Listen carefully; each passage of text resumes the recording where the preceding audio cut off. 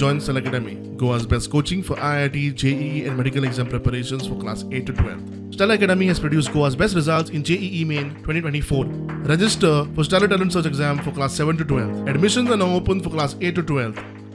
यहाँ पर इस तरह की तस्करी की इंसिडेंट्स नहीं है, चूँकि गोवा एक पर्यटक राज्य है जिसमें के जो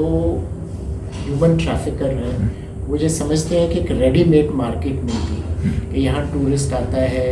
और उस तरह के आप उसको प्रलोभन दे सकते हैं,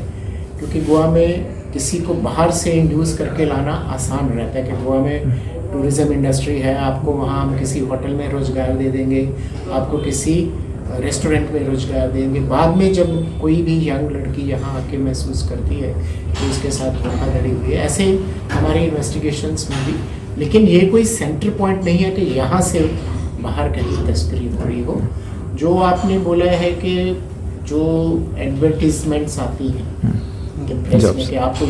जॉब का झांसा देते हैं, वो हमारा जो इकोनॉमिक ऑफेंसेस विंग है, जब भी कभी कोई प्रेस में इस तरह की इश्तिहार आता है, जब पैम्फलेट आता है, तो उसको हम इकोनॉमिक ऑफेंसेस सेल में भी मार्क करते हैं ताकि उनसे ये वेरीफाई कर लें कि इनके पास प्रोटेक्टर ऑफ इमिग्रेंट्स का सर्टिफिकेट है या ये कहीं बाद में जाके किसी जगह पर